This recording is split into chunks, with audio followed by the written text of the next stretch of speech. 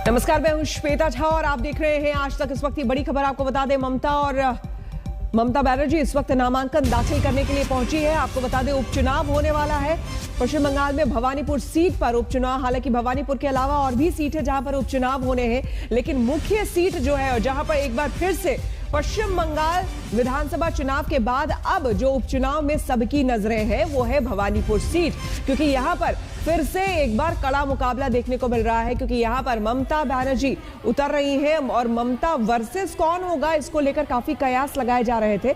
तो ममता वर्सेस आपको बता दें बीजेपी ने भी अपना चेहरा जो है वो उतार दिया है, लेकिन इस वक्त जो है ममता बनर्जी पहुंच चुकी है नामांकन दाखिल करने के लिए। भवानीपुर सीट से प्रियंका टिब्रेवाल को ममता के खिलाफ उतारा है बीजेपी ने और काफी दमदार बता रही है, लेकिन उसके बावजूद ममता बनर्जी और जिस तरह का उनका कद है और इन तमाम चीजों को देखते हुए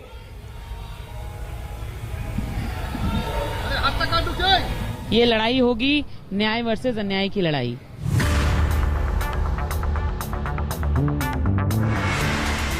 बंगाल में एक बार फिर ममता बनाम बीजेपी की जंग शुरू हो गई। के भवानीपुर सीट में ममता बनर्जी वापस आ चुकी है। 2021 के विधानसभा चुनाव में ममता बनर्जी ने यह ऐलान किया था कि वो भवानीपुर छोड़ के नंदीग्राम लड़ाई लड़ेंगी, लेकिन नंदीग्राम के उस लड़ाई में ममता बनर्जी के हार के बाद अब ममता बनर्जी को फिर से अपने भवानीपुर सीट से लड़ना पड़ रहा है। भवानीपुर छोड़ ममता बनर्जी नंदीग्राम की जंग में कूदी थी, लेकिन शुभेंदु अधिकारी से वो हार गई। इस हार की टीस रह रहकर ममता को सताती रही है।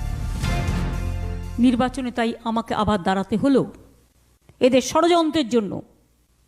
বাট আমি একটা খুশি হয়েছি, আমি ভবানীপুরে আমার ঘরে আবার ফেরত আসতে পেরে।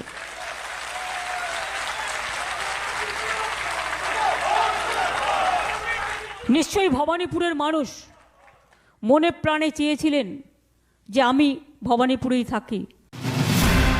बीजेपी भवानीपुर को भी नंदीग्राम बनाने पर तुली है। पार्टी ने ममता के खिलाफ महिला उम्मीदवार प्रियंका टिब्रेवाल को उतारा। प्रियंका विधानसभा चुनाव भी लड़ चुकी हैं। पिछले चुनाव में एंटली से टीएमसी के स्वर्ण कमल साहा ने 58,000 से ज्यादा वोटों से उन्हें हराया था।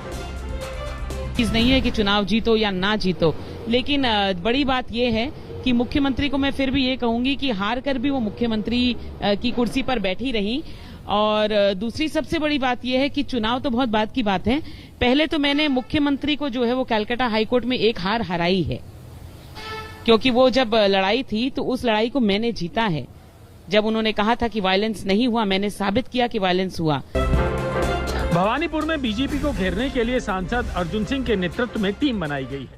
और इस वक्त सीधे चलते हैं कोलकाता। हमारे संवाददाता इंद्रजीत कुंडू हमारे साथ जुड़ रहे हैं। इंद्रजीत, ममता बनर्जी नामांकन दाखिल करने के लिए पहुंची हुई है और अब हम जानना भी चाहेंगे किस तरह का उनका बॉडी लैंग्वेज, क्योंकि बीजेपी तो ये कह रही है कि ममता बनर्जी डरी हुई है और ये बिल्कुल पश्चिम बंगाल का जब विधानसभा चुनाव हुआ था, मुख्य चुनाव, उस समय की जो स्थिति थी कुछ वैसी स्थिति अभी भी उपचुनाव में भी देखने को मिल रही है।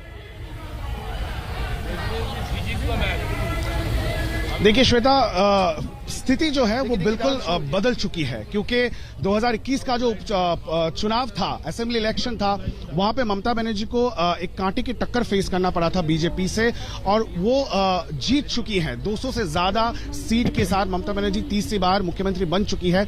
तो इस बार परिस्थिति बिल्कुल अलग है। इस बार चैलेंज बीजेपी के लिए है। क्या वो ममता बनर्जी को सीरियसली चैलेंज कर पाएंगे भवानीपुर में? यही सबसे बड़ा सवाल था।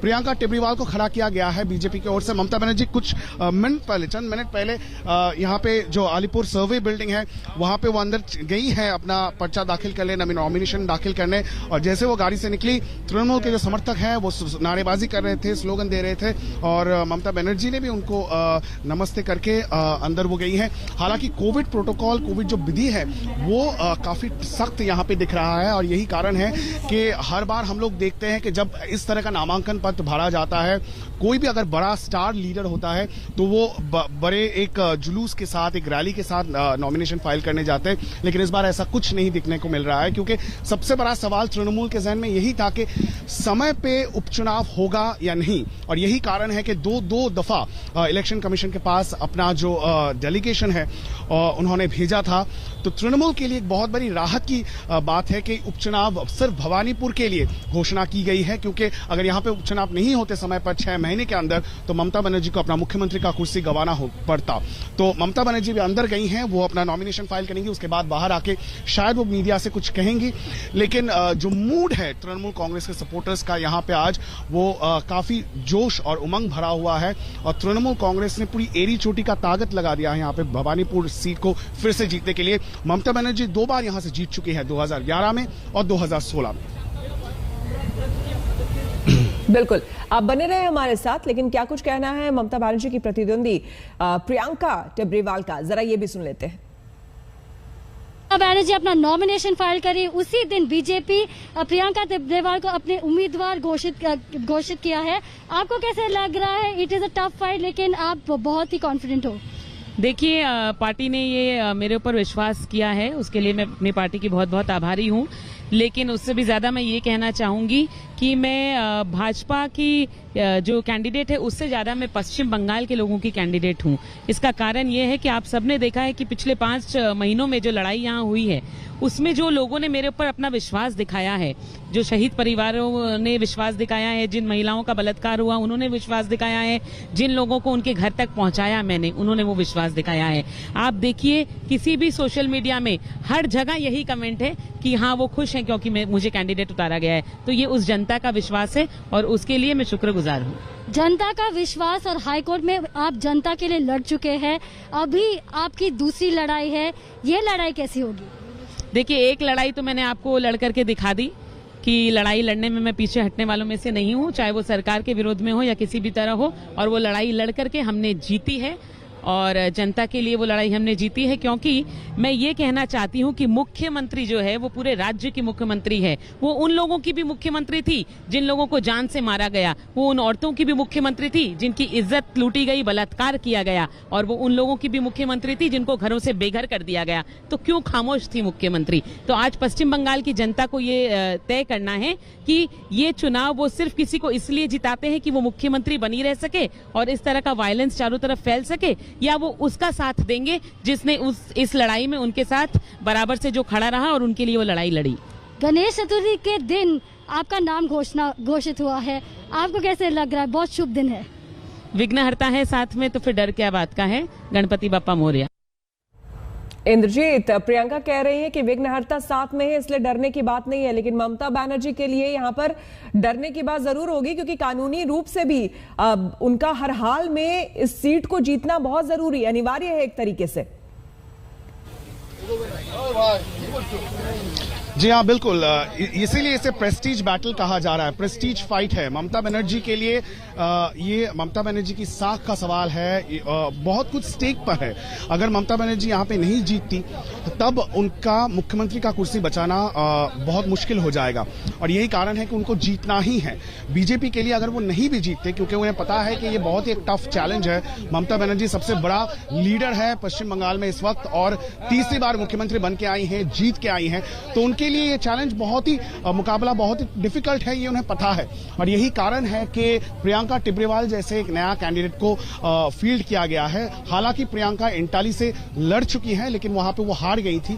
लेकिन कुछ ही हफ्ते पहले हाईकोर्ट में जिस तरह का पोस्टपोल वायलेंस का केस हुआ है, जिसमें हाईकोर्ट ने सीबीआई जांच की जो डिमांड था बीजेपी का, वो मान लिया है, और प्रियंका टिब्रेवाल कह रही है और बीजेपी का हाईकमांड भी ये मानती है, कहीं ना कहीं ये उनका जीत है, और इसीलिए उनको यहां पे खड़ा कर दिया गया। एक मैसेज देने की कोशिश है कि ममता बनर्जी के खिलाफ एक महिला कैंडिडेट को लाया गया है, और उसके साथ साथ ऐसे कैंडिडेट को जो पोस्टपोल वायलेंस को लेकर काफी वोकल है और उसके लेकर लड़ रही है, और शायद यही बीजेपी का भवानीपुर में जो कैंपेन स्ट्रैटेजी है वो रहने वाला है। बिल्कुल, बहुत बहुत शुक्रिया आपका इंद्रजीत तमाम जानकारी के लिए। चलिए आप पश्चिम बंगाल से बात करेंगे उत्तर प्रदेश की। उत्तर प्रदेश में सियासी घमासान भी शुरू हो गया है। एक तरफ ओवैसी मुसलमानों को अपने हक में एकजुट कर रहे हैं, दूसरी तरफ मायावती ने मुख्तार का टिकट काट दिया है। उधर प्रियंका गांधी यूपी के दौरे पर है। बीजेपी ने भी सदस्यता अभियान शुरू करने का ऐलान किया है और कहा है कि 4 करोड़ मेंबर वो बनाएंगे।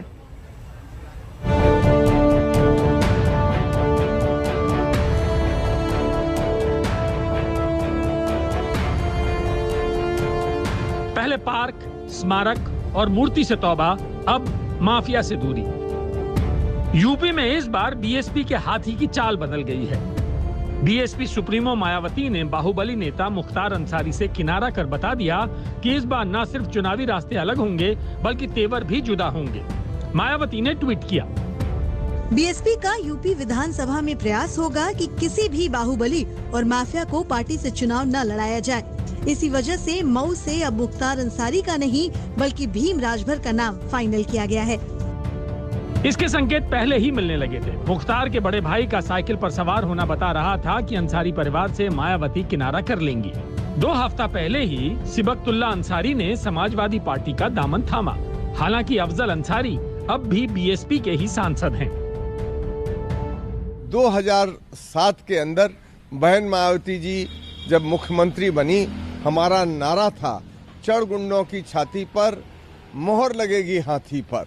इसी प्रकार इस बार भी 2022 के चुनाव में जनता सर्व समाज के हित में और कानून व्यवस्था जो ध्वस्त पड़ी है, किसान निराश है, नौजवान परेशान है, दर दर भटक रहा है, इस तर्ज पर उत्तर प्रदेश में बहुजन समाज पार्टी चुनाव लड़ेगी। कानून का राज, अगर कानून के राज का समर्थन करना है तो इन सबको मिल करके जो है वो योगी जी की जो शासन की नीति रही है, सुशासन की नीति रही है, उसको देख ले, समझ में आ जाएगा कि ये जो गुंडे थे, ये बदमाश थे, जो अराजक तत्व थे, ये जो है उड़नछू हो गए हैं, गायब हो गए हैं, या तो जेल के सीखचों में है या कहीं और चले गए। उत्तर प्रदेश के लोगों ने उनकी भी सरकार देखी है, सपा की भी सरकार देखी है, और उसमें कितनी अराजकता थी, कितना हाहाकार था, कितना हंगामा था, कितना लोगों की असुरक्षा थी, इस बात को कोई भूला थोड़ी है। मायावती इस बार पुराने फॉर्मूले पर लौट आई। फिर से दलित ब्राह्मण गठजोड़ पर जोर है, फिर से गुंडाराज पर हल्ला बोल है। ब्राह्मणों के सम्मेलन में मायावती ने इसकी तस्वीर भी पेश की। भाजपा सरकार के शासनकाल में भी उन पर जुल्म, जाति, अन्याय, अत्याचार, शोषण व द्वेषपूर्ण कार्रवाई आदि होनी कम नहीं हुई है, बल्कि उनके विरुद्ध दिल दहलाने देने वाली ऐसी घटनाएं भी हुई हैं जो देश भर में चर्चा का विषय रहा है। 2017 में जब अखिलेश ने मुख्तार को टिकट देने से मना किया, तब मुख्तार का ठौर बीएसपी बनी। कौमी एकता दल का बीएसपी में विलय हुआ। तब से अब तक गोमती का पानी काफी बह गया। हर दल के अपने दांव हैं। इस दांव में जेल में बंद मुख्तार कहीं फिट नहीं हो रहे। आज तक ब्यूरो।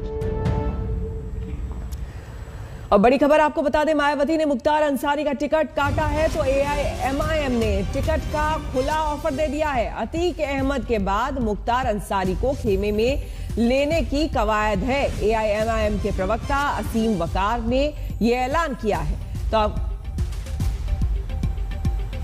ऑल इंडिया मजलिस-ए-इत्तेहादुल मुस्लिमीन के अध्यक्ष असदुद्दीन ओवैसी मुश्किल में पड़ते दिखाई दे रहे हैं। बाराबंकी में भड़काऊ भाषण देने के आरोप में ओवैसी के खिलाफ केस दर्ज किया गया है।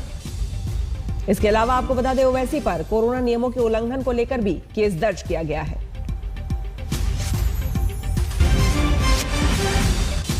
दो 2014 से हम देख रहे हैं कि कभी मॉब लिंचिंग के नाम पर खास तौर से मुस्लिम और दलितों को निशाना बनाया जाता है। हमने देखा कि जब इखलाक को मारा गया था यही उत्तर प्रदेश में, मुझे अच्छी तरह याद है कि मैं और जनाब शौकत साहब इखलाक के घर को मिलने गए थे। मेरी आंखों में आज भी इखलाक की मां की वो मायूसी है जो इस मुल्क के सेकुलरिज्म को, इस मुल्क के संविधान को कमजोर करते हैं। इस तरह का वीडियो बनाकर ये पैगाम देना चाहते हैं खास तौर से कमजोर लोगों को, खास तौर से मुस्लिम अक़लियत को और दलितों को, कि देखो हम अब ताकत में आ चुके हैं, हम अपनी मनमानी कर सकते हैं। और यही वजह है कि जुल्म करने वालों के खिलाफ कभी कोई एक्शन नहीं लिया जाता। ये मौसमी मनोरंजन मानुस और ऐसे मौसमी मनोरंजन मानुसों का चुनावी चौपाल पर चकल्लस चलती रहती है। इसलिए मुझे लगता है कि इसको बहुत सीरियस लें, और उत्तर प्रदेश जैसा प्रदेश जहाँ के मतदाता भी बहुत ही गंभीर और सीरियस हैं, तो ऐसे जो चुनावी चौपाल के मनोरंजन के कार्यक्रम होते हैं उस पर आनंद तो ज़रूर लेते हैं, लेकिन उसका जो है वो किसी तरह से सीरियस उसको नहीं लेते हैं। चलिए एक बार फिर से लौटते हैं उत्तर प्रदेश की ये सियासी खबर पर, जहां पर अब से थोड़ी देर पहले आपको बता दें प्रियंका गांधी लखनऊ के कांग्रेस दफ्तर में पहुंची और पार्टी दफ्तर में कांग्रेस के कार्यकर्ताओं से मुलाकात का इनका कार्यक्रम है। चुनाव के लिए आगे की रणनीति क्या होगी, कैसे होगी, टिकट बंटवारे को लेकर तमाम तरह की ऐसी बातें हैं, रणनीति है जो कि यहां पर बनेगी और की जाएगी। तो चुनावी दौरा प्रियंका गांधी का, लखनऊ से तस्वीरें। कुछ समय पहले वो पार्टी दफ्तर पहुंची है और जहां पर आप हुजूम देख ही सकते हैं कांग्रेस के कार्यकर्ताओं का, नेताओं का। अब आगे कांग्रेस की रणनीति यहां पर क्या होगी, किस तरह से होगी, क्योंकि सभी कोई गोलबंदी में लगे हुए हैं। जिस तरह के ध्रुवीकरण की राजनीति चल रही है, एक तरफ ओवैसी उतरे हुए हैं मुस्लिम वोटों को अपनी ओर रिझाने के लिए। उन्होंने साफ कह दिया है कि भाई बहुत दिनों तक मुसलमानों ने दूसरे पार्टियों को वोट दिया है, लेकिन अब वो अपने लिए वोट करेंगे। हम रुकेंगे यहां पर एक छोटे से ब्रेक के लिए, बने रहे हमारे साथ, देखते रहिए आज।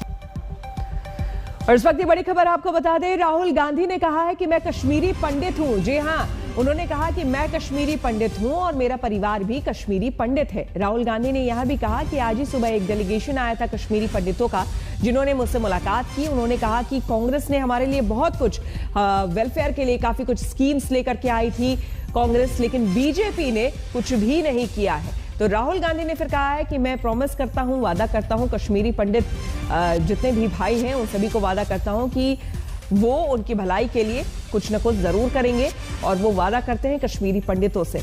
इस मुलाकात में क्या कुछ उन्होंने कहा, वो भी कहा मैं कश्मीरी पंडित भाइयों के लिए कुछ करूंगा। ये बात राहुल गांधी ने कही है। आपको बता दें राहुल गांधी 2 दिनों के अपने जम्मू कश्मीर दौरे पर हैं, जिसमें कि कल वो माता वैष्णो देवी के दर्शन करने के लिए पहुंचे थे और आज कांग्रेस के नेताओं से, अधिकारियों से मुलाकात हो रही है। और इस बीच कश्मीरी पंडितों के एक डेलीगेशन से भी उनकी मुलाकात हुई है। हम रुकेंगे यहां पर एक छोटे से ब्रेक के लिए, बने रहे हमारे साथ, देखते रहिए आज तक।